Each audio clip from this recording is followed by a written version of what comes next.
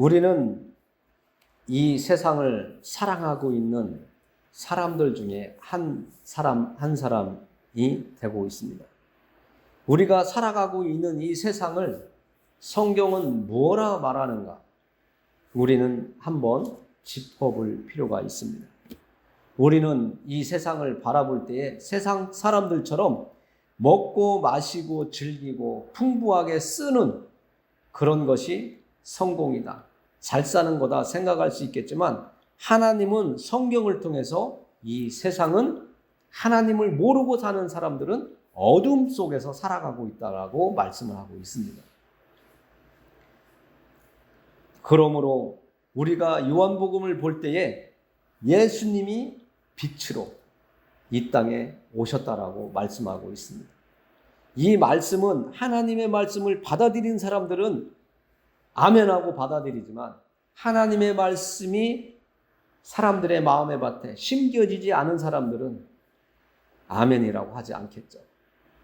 이 세상이 얼마나 즐겁고 할 일도 많고, 정말 이 세상을 바라볼 때 나는 일부분이지만 너무나 많은 것들이, 새로운 것들이 많다라고 이야기를 합니다.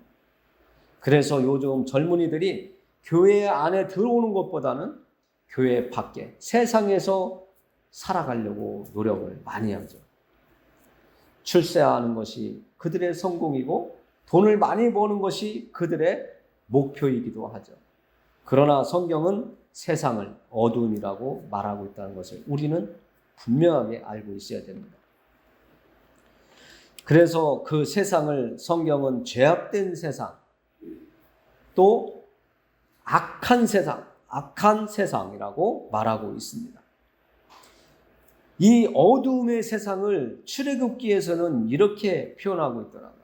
출애굽기 10장 21절부터 이렇게 쭉 우리가 말씀을 읽어보면, 하나님께서 이스라엘 백성들을 애굽에서 건져내실 때에 9번째 재앙 이야기를 하는데요. 그 어두움은 사람들이 앞을 볼 수 없는, 지금 빛이 있기 때문에 우리가 앞에 무엇이 있다라고 볼 수 있지만, 그 말씀을 읽어보면 우리가 걸어가지 못할 정도의 어두움, 손으로 더듬어야 될 정도의 어두움의 재앙이라고 성경은 말씀하고 있습니다. 그런 세상을 우리가 걸어왔고 살아왔습니다. 우리가 예수님을 만나기 전에는 그런 세상을 살았다. 그러나 지금은 세상 사람들이 이 지구 속에서 살아가고 있는 사람들을 바라보는 그런 시선이 아니라 하나님의 말씀 안에서 빛으로 오신 예수님을 만난 그 시선으로 세상을 바라볼 수 있는 우리가 되었습니다. 우리가 바라보는 저 세상이 우리의 동경의 대상이 되어서는 안 된다는 것을 성경은 말씀하고 있는 거죠. 오늘 성경은 두 행악자에 대해서 말씀하고 있습니다. 39절에 보니까 달린 행악자 중 하나는 비방하여 이르되 네가 그리스도가 아니냐, 너와 우리를 구원하라 하되, 달린 행악자라고 하는 것은 십자가를 예수님과 함께 지고 갔던 3명 중에 한 사람을 이야기하고 있습니다. 예수님이 홀로 골고다 언덕을, 그 무거운 십자가 지고 올라가신 것이 아니라 2명이 더 있었잖아요. 3개의 십자가가 그 골고다 언덕에 세워졌을 때에 오른쪽에 1명, 왼쪽에 1명이 십자가 사형의 틀에 같이 못 박혀서 세워졌잖아요. 그때에 그 행악자 중 1명이 예수님을 향하여 이야기를 하는 것이죠. 이 사람의 말을 들어보면 우리가 느낄 수 있는 게 있어요. 다시 한번 읽어드릴 테니까요. 좀 생각해 보세요. 달린 행악자 중 하나는 비방하여 이르되 네가 그리스도가 아니냐, 너와 우리를 구원하라 하되, 이 사람은 어떤 상태일까를 우리는 생각해 볼 수가 있습니다. 그리스도가 아니냐, 이 단어만 생각하면 좋은데 그 앞에 달린 행악자 중 하나는 비방하여라고 이렇게 이야기를 하고 있습니다. 이 사람은 예수님을 부정하고 인정하지 아니하고 자기와 똑같은 행악자 중 하나로 치부하고 있고 예수님을 아주 비난하는, 어떻게 보면 희롱하는 그런 상태의 말을 하고 있다라고 우리는 알 수가 있죠. 그러니까 이 사람은 이 세상을 우리가 같이 동시대에 살아가고 있는 많은 사람들이 있지만 예수님을 알지 못하고 예수님을 받아들이지 아니하고 하나님을 섬기지 아니하는 사람들의 상태와 똑같다고 우리는 볼 수가 있죠. 예수님을 모르는 사람들은 이렇게 이야기할 수가 있습니다. 너 예수 믿잖아. 너 하나님 섬기잖아. 너 교회 다니잖아. 너 교회 다니면 어쩌고저쩌고 얘기하잖아요. 그들은 하나님을 모르기 때문에 말을 함부로 하는 거죠. 생각에 떠오르는 대로 말을 입 밖으로 내보내는 거예요. 그러니까 예수님을 향하여 이렇게 말할 수가 있는 겁니다. 네가 그리스도가 아니냐. 너와 우리를 구원하라. 이제까지 예수님을 바라보던 그 행악자가 이 말을 할 때에는 예수님이 살아온 십자가에 달리기 전에 삶을 이 사람은 듣고 소문으로 들었던, 눈으로 보았던, 조금이라도 알고 있는 사람이에요. 그런데도 예수님을 올바로 알지 못하니까 예수님에 대해서 바로 알지 못하는 그 대가가 이렇게 말을 하는 거예요. 교회에 다녀도 하나님의 말씀을 받아들이고 주일날 새벽에 수요일에 기도회에 하나님의 말씀을 받아 먹어도 이와 같이 말할 수 있는 사람들이 교회 안에 있을 수가 있습니다. 그런 사람들은 정말 괴로운 사람들이에요. 어떻게 보면 불쌍한 사람들이에요. 아예 예수님을 모르고 사는 사람보다도 더 불쌍한 사람이에요. 우리는 이런 사람이 되지 않도록 늘 깨어 있어야 되고 하나님의 말씀에 대해서 사모하는 마음이 있고 하나님에 대해서 내가 가까이 하고자 하는 그런 마음이 늘 있어야 되고 예배 시간이 그리워지고 하나님의 말씀으로 내 마음을 계속 변화시켜 나가고자 하는 하나님의 은총을 사모하는 사람이 되어야 됩니다. 그 사람이 예수 그리스도 안에서 이 땅을 살아가며 예수님께서 이겨놓으신 그 길을 걸어갈 수 있는 사람입니다. 그와 반면에 또 한 명의 행악자가 십자가에 매달려 있습니다. 그 사람의 말이 40절에 있습니다. 우리 같이 합독하도록 하겠습니다. 하나는 그 사람을 꾸짖어 이르되 네가 동일한 정죄를 받고서도 하나님을 두려워하지 아니하느냐. 한 사람의 말과 또 다른 한 사람의 말은 아주 반대적인 이야기를 하고 있죠. 이 사람도 예수님을 따라다니던 제자는 아닐 것입니다. 그러나 그가 예수님을 따라다니지는 않았지만 그 사람의 마음의 밭은 하나님을 인정하고 있었고 예수님에 대한 소문을 들었을 때에 그분에 대해서 아주 긍정적인 예수님을 좋게 생각하고 예수님에 대한 그 소문들을 자기가 받아들이고 있었던 것을 알 수가 있죠. 내가 교회에 안 다니더라도 하나님에 대해서 이야기를 들을 수가 있습니다. 사람을 통해서든 매스컴을 통해서든 아니면 책자를 통해서든 예수님에 대해서 하나님에 대해서 들을 수가 있는데 그 듣는 그 말씀 읽는 그 말씀 하나하나를 마음에 쌓아두고 있었다는 거죠. 그래서 그 한 행악자가 예수님에 대해서 희롱하며 그를 예수님을 깎아내리고 네가 그동안 어떠한 일을 했는데 그런 사람이니까 우리 좀 구원해봐라. 비아냥거리는 이런 모습을 볼 때에 하나님에 대해서, 예수님에 대해서 인정을 하고 또 예수님에 대해서 좋은 그 이미지를 가지고 있는 이 사람은 지금 40절에 우리가 읽은 것처럼 그 악한 말을 하는, 예수님을 인정하지 않고 하나님에 대해서 인정하지 않는 마음을 가지고 살아온 그 행악자의 말과 아주 다른 말을 할 수가 있는 것입니다. 그리고 41절에 보면 더 정확하게 세심하게 행악자가 이야기를 하고 있습니다. 우리는 우리가 행한 일에 상당한 보응을 받는 것이니 이에 당연하거니와 이 사람이 행한 것은 옳지 않은 것이 없느니라 하고, 예수님에 대해서 정확하게 이분은 알고 파악하고 있다는 것이죠. 자기 두 행악자는 본인들이 악한 일을 했기 때문에 다른 사람들을 아주 힘들게 한 것을 알고 깨닫고 있는 거예요. 그러나 한 사람은 뉘우치지 않죠.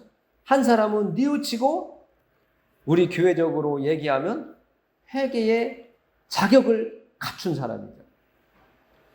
처음 행악자는 회개라는 것, 반성이라는 것, 미안하다는 것, 한마디로 양심에 화인 맞은 사람처럼 말을 했잖아요. 그러나 두 번째 말한 이 행악자는 예수님께 정말 어떻게 하면 내가 도움을 받을까 하는 마음을 갖고 있던 것 같아요.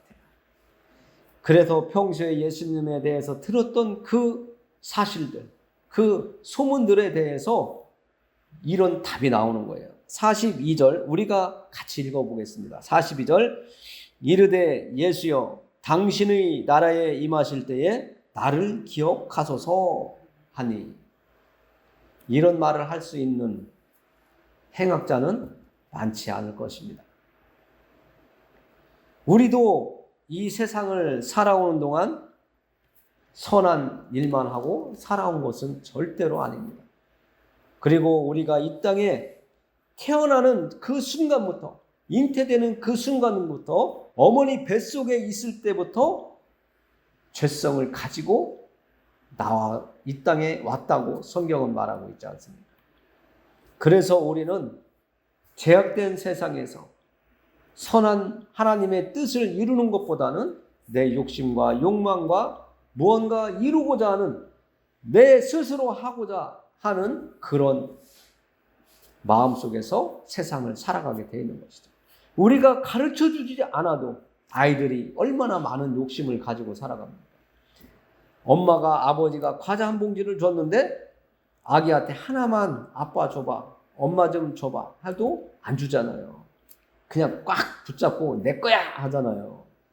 그것처럼 우리는 죄 속에서 태어나기 때문에 나를 먼저 생각하고 내 욕심을 생각하고 내 욕망대로 살아가려고 하는 것이 먼저 나온다는 것이죠. 예수님은 이 땅에 오셨을 때에 우리를 섬기는 자로 오셨다라고 말씀하시잖아요. 예수님이 섬김을 받기보다는 이 죄악 속에서 살아가는 사람들을 건지기 위해서, 생명의 길로 가게 하시기 위해서 섬기려 하시고 목숨까지 내어주시기 위해서 오셨다라고 이야기하고 있습니다.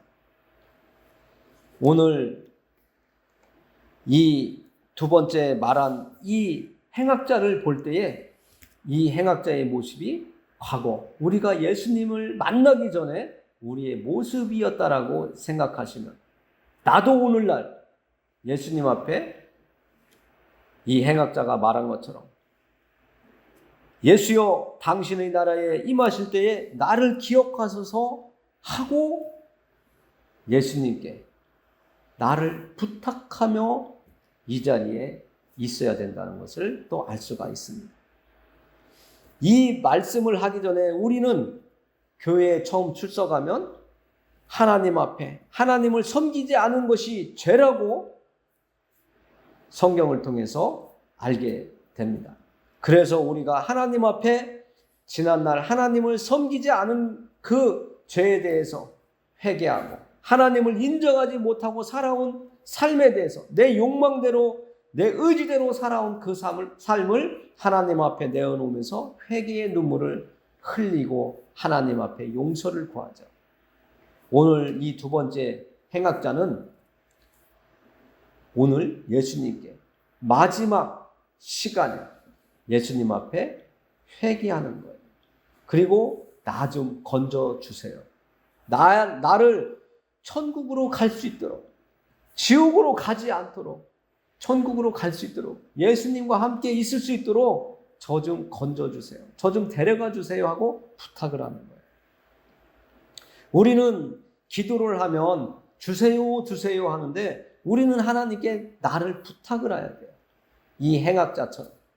내가 생각하고 있는 것, 내가 하나님의 말씀을 듣고 또 읽고 설교를 통해서 듣고 찬양을 부르면서 내 마음에 감동이 왔던 그 내용들, 무언가 깨달았다면, 느꼈다면 하나님 앞에 나를 솔직하고 정직하게 하나님 앞에 내어놓고 예수님 앞에 나의 모습을 다 드러내놓고 부탁을 하는 거예요.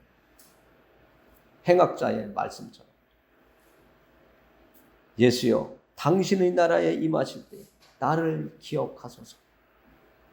이 말씀을 듣는 예수님은 얼마나 기뻐하셨을까요? 예수님이 이 땅에 오신 이유가 뭐예요? 죄로 말미암아 사망의 길로 갈 수밖에 없는 그 한 영혼을 건져내시기 위해서 이 땅에 오셨잖아요. 요한복음 3장 16절과 17절 말씀에 하나님이 이 땅에 살고 있는 우리들을 사랑하시기 때문에 독생자를 주셨고 어떻게 하면 심판의 자리에 들어가지 아니하고 생명의 길로 갈 수 있게 할까 하고 하나님께서 은혜를 베푸셔서 예수님을 이 땅에 보내셨다고, 메시아로 보내셨다고, 그리스도로 이 땅에서 살아가시게 하시고 우리를 건져내시기 위해서 한 명이라도 어떻게 하면 더 하나님 아버지 앞에 관계의 회복을 이루어서 하나님과 살아갈 수 있을까? 동행하는 삶을 살게 할까 하고 예수님께서 이 땅에 오셨다라고 말씀하고 있습니다. 어두움에 살아가고 있는, 어디로 가야 길인지 알지 못하는 이 세상에 살아가고 있는 사람들을 향해서 빛으로 길을 안내하기 위해서, 길을 열어주시기 위해서 이 땅에 오신 그 예수님을 우리는 받아들여야 돼요. 오늘 두 번째 행악자가 예수님을 받아들인 거잖아요. 그렇지 않으면 이런 고백을 할 수 없다고 봅니다. 오늘날 많은 사람들이 복음을 가지고 예수 믿고 천국에 갑시다, 하나님의 나라에 갑시다 이야기를 하지만 받아들이지 않는단 말이에요. 가면 갈수록 더 받아들이지 아니하고 돈을 사랑한다고 했어요. 또 세상의 명예를 쫓아가고 자기 이기적으로 살아간다고 성경은 말하고 있잖아요. 그러나 우리는 하나님의 말씀을 알기에 우리는 더욱더 하나님과의 관계가 더 민첩해지고 가까워질 수 있도록 우리는 노력하고 애써야 됩니다. 오늘 이 십자가 위에서 예수님께 자기를 부탁한 이 행악자의 상황을 보면 얼마나 그가 긴박하고 간절했었고 꼭 예수님께서 나를 데려가 주셨으면 하셨을까? 그 말씀을 조금씩 이렇게 나누어서 묵상을 해보았습니다. 십자가 위에서 예수님께서 피 흘리심은 하나님께서 창세 전부터 택함을 받은 사람들을 구원코자 하신 하나님의 뜻이 이루어지도록 하시기 위함인데 우리가 그 택함을 받은 사람들이기에 오늘 이 자리에 왔습니다. 오늘 십자가에 못 박힌 두 번째 행악자의 말씀처럼 우리가 하나님의 말씀을 듣고 예수 그리스도의 그 이름을 듣는 순간에 우리의 마음이 하나님 앞에 끌려 나갈 수 있었던 것은, 나를 부탁할 수 있었던 것은 하나님이 우리를 창세전부터 택하였기 때문이라는 것을 우리는 성경을 통해서 알 수가 있는데 오늘 예수님께 택함을 받은 이 두 번째 행악자의 마음은 이랬을 것 같아요. 인생 마지막 시간이었다라는 것을 이는 알고 있던 거잖아요. 십자가 위에 못 박히는 그 순간, 최고 고달픈 사형의 방법 중에 하나가 십자가 위에서 매달려서 피 흘려 죽게 하는 이 십자가의 사형, 이것이 제일 괴롭고 고통스럽고 시간이 긴데요. 그런 시간에 있었던 이 사형수, 이 사람을 생각해 보면요, 이런 상황을 우리가 생각해 볼 수가 있습니다. 진짜 이런 일이 있기도 하고요. 사람들이 건강하고 잘 나갈 때는 예수님을 믿지 않다가 병들어서 고난에 빠져서 죽기 직전에 다다르면 예수님을 받아들이세요. 아무리 이야기를 해도 받아들이지 않던 사람들이 예수님을 받아들이는 역사가 있습니다. 정말 숨이 헐떡헐떡거리고 목소리도 제대로 내지 못할 그 순간에 마지못해인지 하나님의 은혜인지 내가 예수님을 믿겠습니다. 말로 말하는 사람은 그나마 다행인데 그 말도 못하고 예수님을 받아들이기로 마음 먹으셨다면, 결단하셨다면 고개를 끄덕끄덕 해주시든지 아니면 눈 좀 깜빡깜빡 해주세요 하고 예수님을 영접하는 분이 있어요. 그 사람이 십자가에 매달린 이 사형수와 같은 상황이 아닐까요? 우리는 정말 행복한 거예요. 그런 시간 전에 예수님을 만났다는 것, 하나님의 말씀을 받아먹는 사람이 되었다는 것, 정말 행복한 거예요. 그러니까 여러분들이 이 세상 살아가는 동안 나는 불행하다, 나는 못났다, 나는 왜 이렇게 하는 일마다 안 되냐, 이런 생각을 가지시면 안 돼요. 여러분들은 행복자예요. 왜? 여러분들 안에 예수님을 모시고 있잖아요. 하나님의 말씀을 여러분들 안에 모시고 있기 때문에 여러분들은 행복한 사람들이에요. 세상적으로 눈 뜨고 있는 이 세상에서는 그렇지 않아 보일지는 몰라도 우리가 하나님의 말씀 앞에 설 때 우리는 이 세상이 아닌 하나님 나라의 영원한 세상을 꿈꾸고 소망하며 살아가고 있는 우리이기 때문에 행복한 사람들이에요. 아무리 이 세상에서 잘 나가는 사람들일지라도 예수님 모르면 다 소용없다니까요. 그리고 이 사람은 인생의 마지막 시간이 되었을 이 시간에 얼마나 절박함 속에 있었을까. 예수님께 나를 기억해달라고 이 말을 할 때에 이 사람의 심정은 얼마나 간절했겠나요. 우리도 하나님의 앞에 나올 때마다 이런 간절함이 식지 않았으면 좋겠어요. 내가 어떻게 하면 이 사형수처럼 정말 예수님 앞에 나 좀 기억해 주세요. 이 말씀을 하나님께서 주시는데요. 정말 죽음 앞에 둔 사람들, 그 사람들의 심정 앞에 이런 말씀을 전할 때 그들이 받아들였으면 하면 얼마나 좋아하는 마음도 일어나게 해주시는데 아직도 믿지 않는 가정의 식구들이 또 이웃들이 가족들이 있는데 저도 이런 생각을 하면 참으로 부담이 무겁습니다. 그리고 이 마지막 시간은 더 이상 지체할 수 없는 시간이었다는 것을 또 깨달을 수가 있습니다. 더 중요한 것은 이 지체할 수 없는 이 순간에 하나님의 뜻이 이루어졌다는 것을 우리는 참으로 감사하고 찬양을 올려드릴 수밖에 없는 거예요. 하나님의 뜻, 하나님의 계획이 이 마지막, 이 절박한 그 몇 초 안에 이루어졌다는 것은 정말 놀랍고 신기한 일이 아닙니까? 이제까지 하나님에 대해서 부정하고 하나님 말씀에 대해서 거부하던 그 사람이 죽기 직전에 예수님을 받아들이고 하나님을 인정했다는 것은 하나님의 은혜이죠. 정말 이런 구원이라도 받았으면 좋겠어요. 이것을 많은 사람들이 부끄러운 구원 받았네 이렇게 이야기하지만 저는 참 아쉬운 구원 받았다. 그러나 하나님을 인정하고 예수님을 받아들였다는 그 사건 하나만으로도 기적이라고 생각해요. 그러나 우리처럼 좀 더 일찍 예수님을 영접하고 하나님의 일을 하다가 하나님 품으로 안겼다면 얼마나 더 좋았을까? 우리의 생각이죠. 저의 생각이에요. 그러나 하나님의 뜻은 우리 사람의 생각과 다르다는 것을 또한 압니다.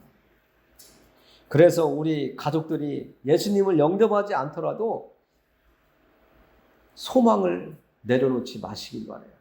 기대를 꺾지 마시길 바라요. 언젠가는 하나님께서 이 사형 틀에 못 박힌 이 죄수처럼 사망의 길로 갈 수밖에 없을 거라고 생각했던 그 순간에 예수님 앞에 나 좀 부탁한다고, 나를 기억해달라고 하는 이 한마디 할 수 있어요. 내 남편이, 내 아내가, 내 자식이, 내 가족이, 부모와 형제들, 이웃들이 할 수 있어요. 그러니까 우리는 오늘 말씀을 대할 때에 내 옆에 예수님을 받아들이지 않는 사람들이 있더라도 포기하지 않으시길 바랍니다. 언젠가는 하나님의 뜻이 이루어진다면 그들도 오늘 사형수처럼 어둠 속에서 살아가던 그들이 빛으로 예수님 앞에 나올 수 있다는 것을 여러분들 꼭 기억하시고, 하나님은 한 영혼이라도 더 구원받기를 원하시는 분이라는 것을 우리는 알 수가 있습니다. 예수님이 이 땅에 오신 것은 영혼 구원을 하시기 위해서 오신 것인데 그 영혼 구원에 대한 일을 우리에게 부탁하셨잖아요. 그러니까 우리는 절대 포기란 없습니다.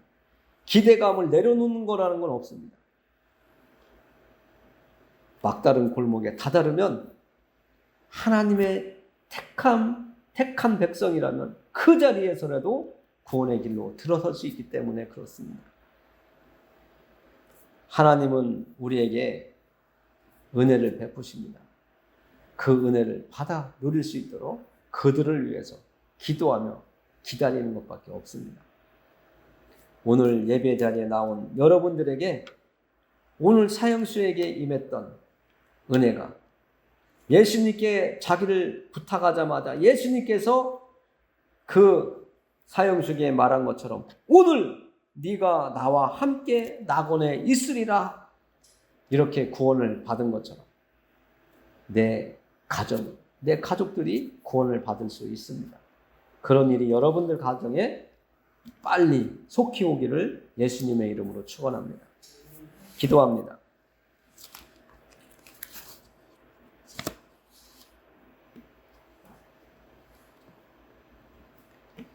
형제들아, 우리가 예수의 피를 힘입어 성소에 들어갈 담력을 얻었나니 그 길은 우리를 위하여 시장 가운데로 열어놓으신 새로운 살 길이요 시장은 곧 그의 육체니라. 하나님 아버지, 우리가 하나님 앞에 나아갈 수 있도록 예수님께서 그의 몸을 찢어 길을 열어주셨다고 성경은 말씀하고 있습니다. 예수님의 그 몸의 찢기심은 고통이었고 아픔이었습니다. 그 고통과 아픔은 우리를 위한 시간이었습니다. 하나님, 우리에게 은혜를 베풀어 주시니 감사합니다. 우리가 더욱더 예수님과 함께 동행하며 예수님의 그 고통을 우리 마음에 새기며 믿음의 길을 가는 동안 더욱더 예수님과 함께 살아갈 수 있도록 도와주시옵소서. 그리고 우리 가족들 또 우리 이웃들에게 예수님의 그 피의 공로를 함께 할 수 있도록 예수님을 전하는 저희들 될 수 있도록 도와주시옵소서. 예수님을 믿도록 우리가 전할 때에 저들이 받아들일 수 있도록 성령 하나님 일하여 주시옵소서. 우리를 하나님 품에 안기게 하여 주신 것처럼 하나님 도와주옵소서. 우리를 사랑하시는 하나님께 예수 그리스도의 이름을 위하여 기도합니다. 아멘.